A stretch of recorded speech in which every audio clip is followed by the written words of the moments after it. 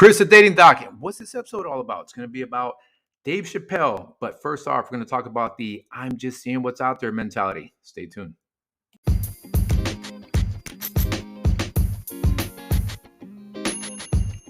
Chris, the Dating Doc, back at it.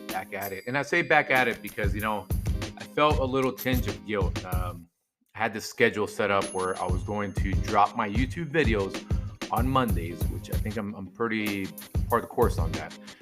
And the podcast side of the house, which you're listening to right now, I was going to drop, I believe, Wednesdays. And now here we are on a Sunday.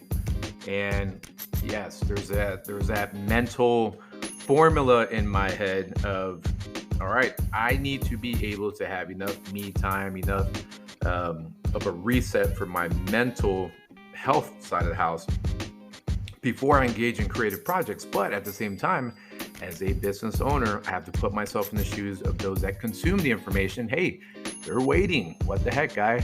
So I'm going to get a little bit better about that. So what's been going on? So we had a speed dating event this past Friday. It was our second ever event after COVID since March of last year.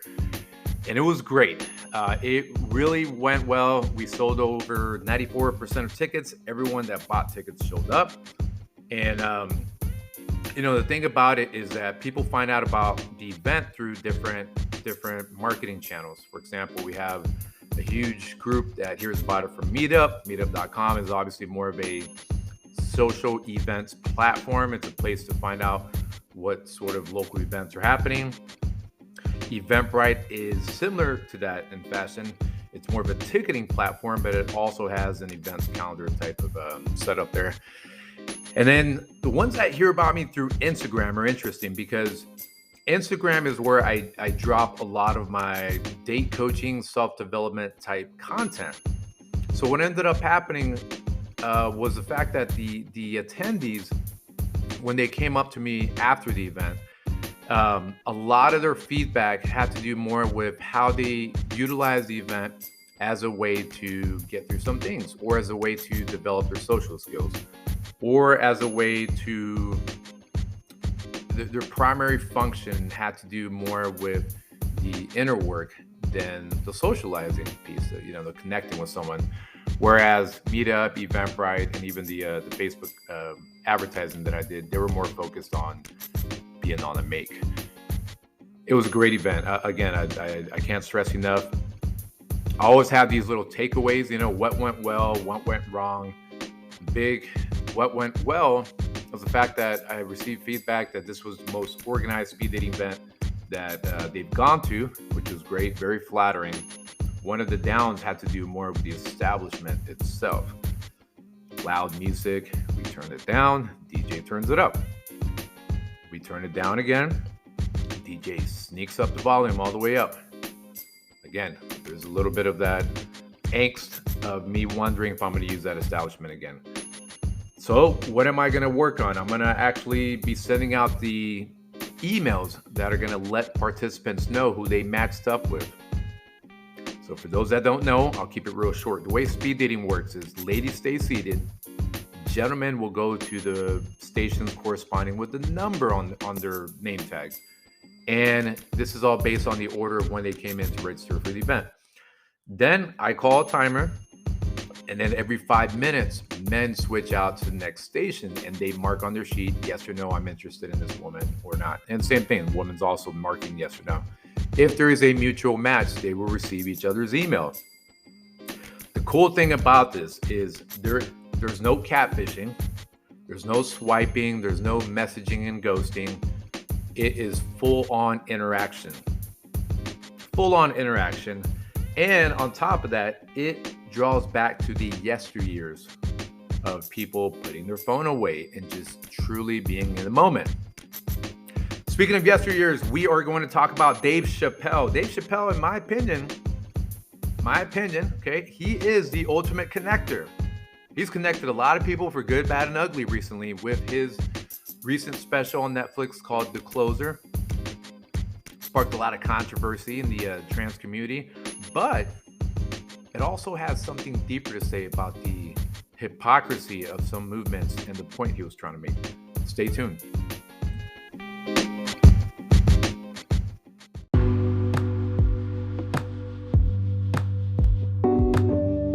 So as you saw the title of this podcast episode, it's gonna be divided up into two topics here. First one that I'm going to speak on is the I'm just seeing what's up, what's out there type of mentality when it comes to dating, especially online dating, when people are self-promoting, they're non-committal, yet I want it all type of mindset, type of mentality. It's a social epidemic in the dating world. I keep seeing this. I scroll through profiles on Bumble, Tinder, not so much, but hey, I need to get back on Hinge. But I do see it a lot on Bumble. I see anything synonymous with I'm just kind of getting back out there. Not really looking for anything serious, but want to be respected. It's this very gray area. I don't want you to get my tone confused and think, okay, he's purely against it. I'm going to try to keep a very neutral observation type of mindset. So first off, it is very ambiguous. It's like me going to a car dealership and I get a test drive a vehicle, but the salesman is like, or salesperson, they're like, well, you can test out the vehicle, but we're just not quite sure if you can buy it. I was like, well, what do you mean you're not quite sure? Like I tested out the car. I think it's a great car. I think it has a lot of the features I want. It's the exact color I want. It's got the leather interior. The mileage works great. I want this vehicle.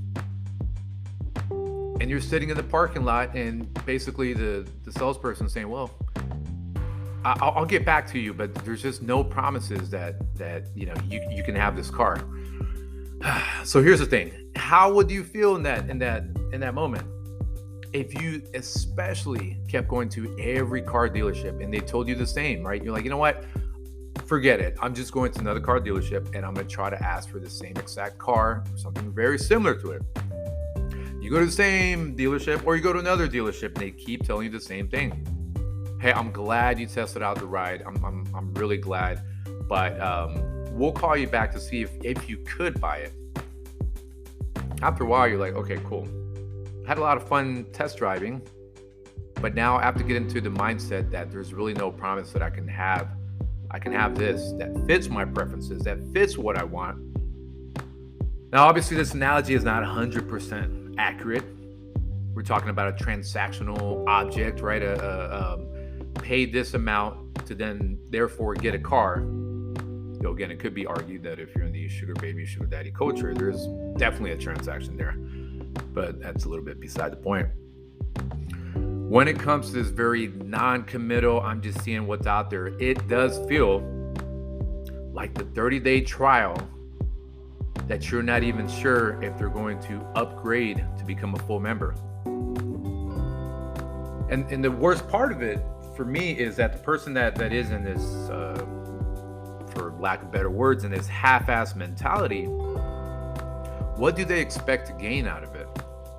They are risk adverse, but they want it, right? They want the respect. They want the fun. But it's so ambiguous that I don't know what kind of value system that person leads with. Are there a lot of trust injuries in the past, right? Has this person, he or she, have they experienced so much pain and trauma in their past that they are risk adverse, right? Again, these what I call trust injuries. I'm sure it's been used, other self-help books, but enough trust injuries will make you very, very iffy about the process. But again, they have to realize that they are dealing with another person. It is not from a place of self-serving. And that lack of awareness is what will make them lose out. Because I may want the car. I may want that car, okay? And the fact that you can't give me that car, I'm going to move on until I get that car. So why would you lead from a place of ambiguity, right? It just doesn't make sense. The non-committal piece. There is nothing wrong to committing to an open relationship. If that's what you want, if you want the fun and you want to exercise your options, but you want the emotional connection with someone, you can create that as a relationship. Okay, in the kink world, they have that. Okay, in some Latin cultures, even way back in the times, there's even countless romantic stories about the mistress or the mister, and it was even well understood. Concubines in ancient Japanese cultures. Okay, so for you to say, well, I don't want to really commit to a relationship because I just want to have my fun. Well, maybe you do want the emotional connection, but you don't even know how to define that relationship. You have to have a concrete value system of what you're looking for. It cannot be this, I'm just seeing what's out there. I'm just kind of shopping. I don't really know what I want. You're dealing with humans here. Goes back to all the benefits, but no promised effort. Do you know how selfish that comes off?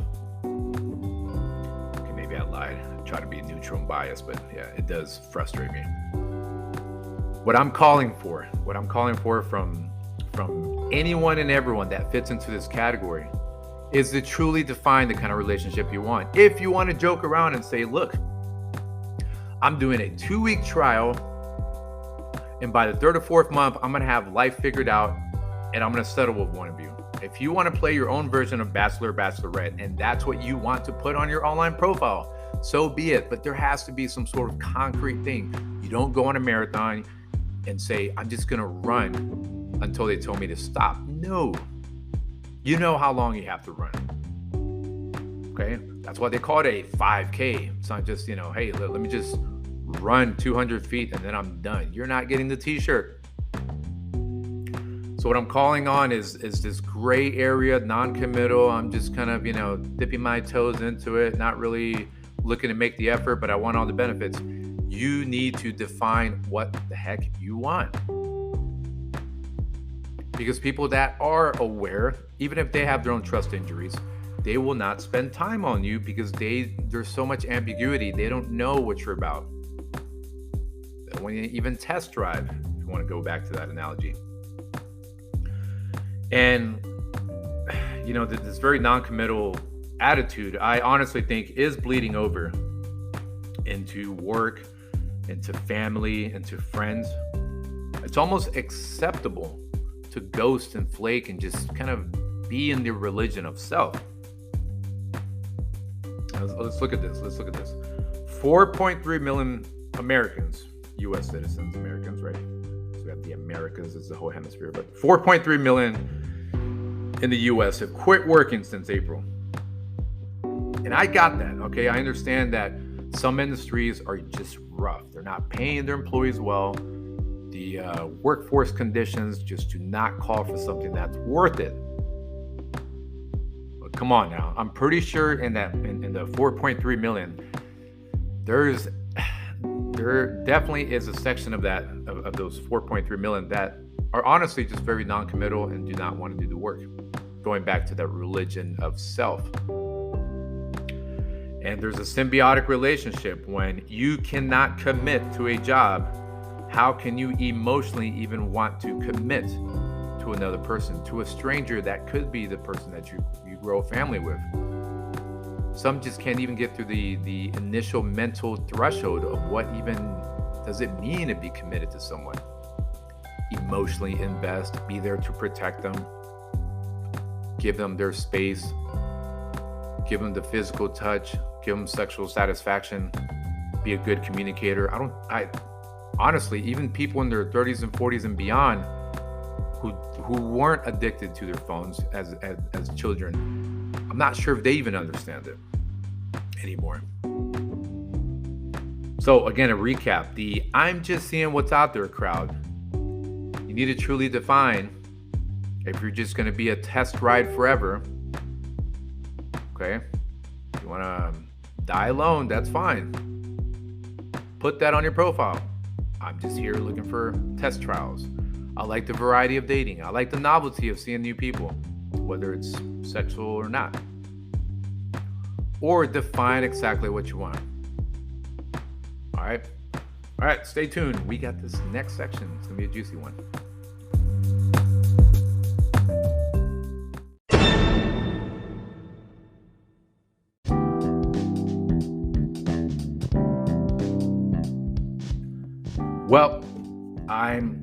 I'm going to do it. I'm going to go and talk about something that is in the social political realm, but it definitely does transition over into what we call First Amendment, healthy communication, gaslighting. We're trying to avoid gaslighting. So we're talking about Dave Chappelle. Dave Chappelle, my man, okay?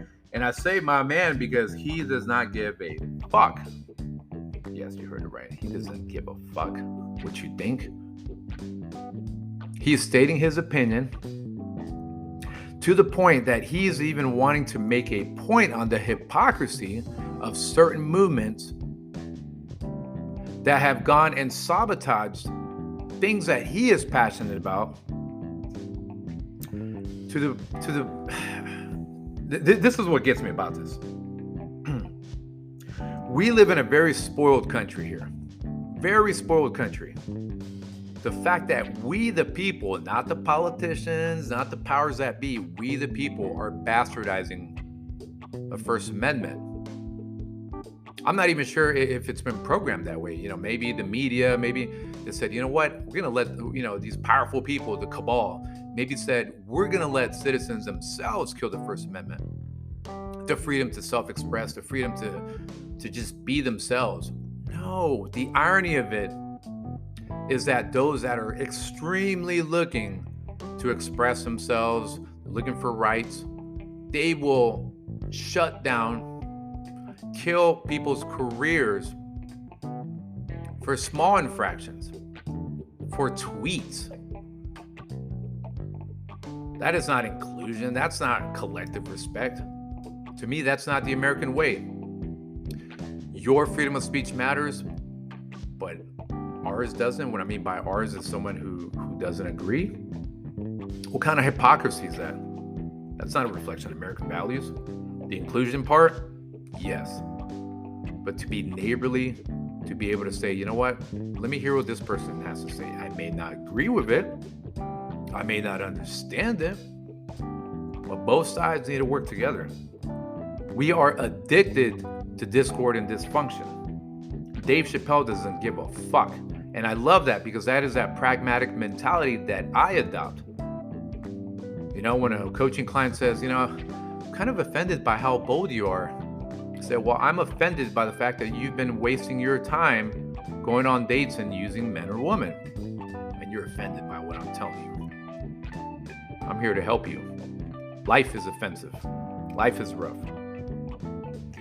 So it's to the point here where the First Amendment is to protect everyone.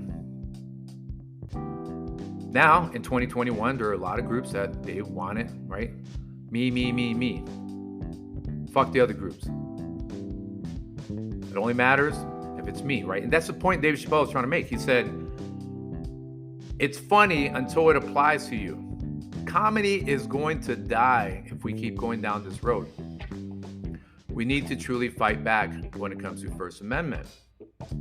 Hey, I'm going to tell you right now, when it comes to my own personal beliefs and movements, I can agree to back the blue, right? I can support cops, but I can also call them out on BS, such as cops stomping someone's head, such as the fact that they can quietly calm down a serial killer and just, bring them in. But someone selling cigarettes on the streets gets choked to death. But I also support the blue because at the same time, there's things that do not make media, they're not on camera, where they're saving lives. There's good cops out there that are in their community, that are out there interacting in the hood. It doesn't make the camera, it doesn't make World Star, it doesn't, it doesn't become viral. So you see what I'm saying is, I can call out on the same BS and at the same time support a movement. Same thing in a relationship. I can be very loving and support you, but I'm not going to just be like, hey, I'm just going to sit back and accept everything you do. No, there's a standard of conduct here when it comes to relationship. And that woman would respect that because she knows that I can offer that love while at the same time offering that standard. And it's very real. The issue at hand is that you can cry and complain all you want, but all of a sudden when we want you to uphold a standard, then you start crying.